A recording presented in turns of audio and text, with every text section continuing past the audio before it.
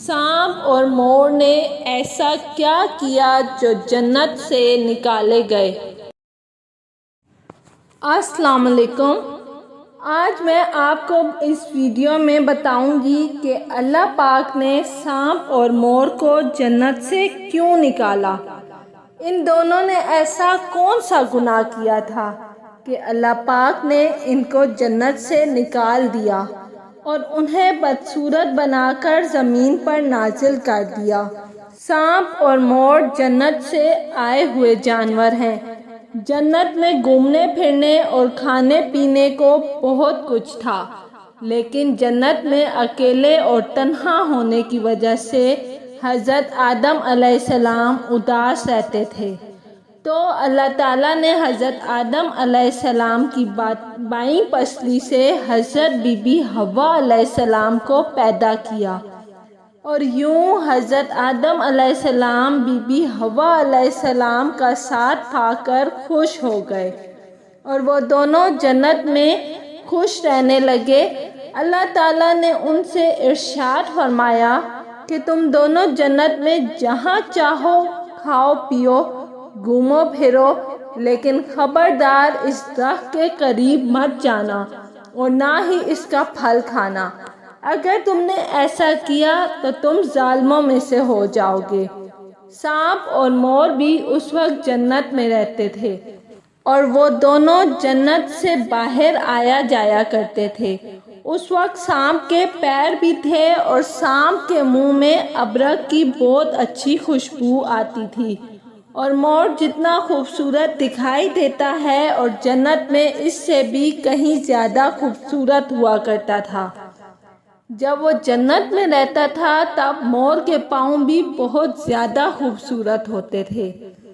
ایک دن جب وہ دونوں جنت کے باہر آئے تو ان کی ملاقات شیطان سے ہوئی۔ شیطان نے ان دونوں سے کہا کہ مجھے بھی اپنے ساتھ جنت میں لے چلو۔ تو ان دونوں نے جواب میں کہا کہ ہمیں اللہ تعالیٰ کا خوف ہے اور اس بات کا ڈر ہے کہ تمہیں اپنے ساتھ جنت میں لے جاتے ہوئے ہمیں کوئی دیکھ نہ لے، اسی لیے ہم تمہیں اپنے ساتھ جنت میں نہیں لے جا سکتے۔ اس پر شیطان نے انہیں اپنی دوستی کا واسطہ دیا، کیا ہم جنت میں ساتھ نہ رہتے تھے، مجھے بھی جنت میں لے چلو۔ مور نہ مانا، لیکن شیطان نے ان کو دائمی زندگی کے خواب دکھائے۔ اس پر سانپ مان گیا، اور سانپ نے شیطان کو مشورہ دیا کہ تم میرے منہ میں بیٹھ جاؤ اور میں تمہیں جنت میں لے جا کر اگل دوں گا، اور اس طرح تمہیں کوئی دیکھ نہیں سکے گا۔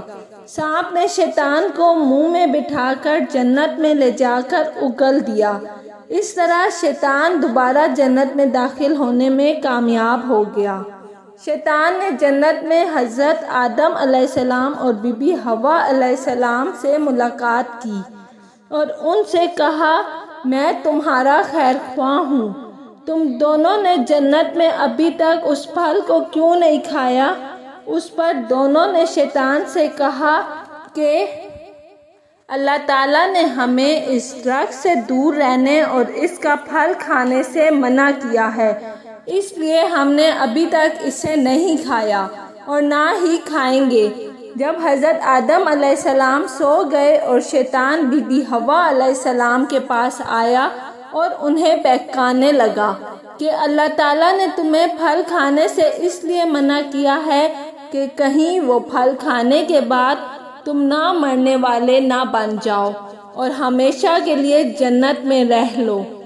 حضرت بی بی حوا علیہ السلام شیطان کے بہکاوے میں آ کر اس درخت کا پھل کھا لیا، اور حضرت آدم علیہ السلام سو کر اٹھ گئے تو بی بی حوا نے انہیں بھی اس درخت کا پھل کھانے پر مجبور کیا، اور وہ پھل حضرت آدم علیہ السلام کو بھی کھلا دیا۔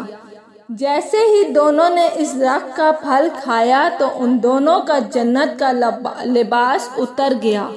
تب ہی اللہ تعالیٰ نے ان دونوں سے کہا کہ میں نے تمہیں اس درخت کے پاس جانے سے اور اس کا پھل کھانے سے منع نہیں کیا تھا؟ لیکن تم دونوں نے میری بات نہ مان کر اور اس درخت کا پھل کھا کر اپنی ہی جان پر ظلم کیا ہے۔ تبھی حضرت آدم علیہ السلام اور بی بی حوا علیہ السلام کو اپنی غلطی کا احساس ہوا اور انہوں نے اللہ تعالیٰ سے معافی مانگی۔ اللہ تعالیٰ نے ان دونوں کو جنت سے نکال کر زمین پر نازل فرما دیا اور فرمایا کہ زمین جو ایک خاص وقت تک تمہارا ٹھکانہ ہے اور تم زمین پر ہی رہو گے۔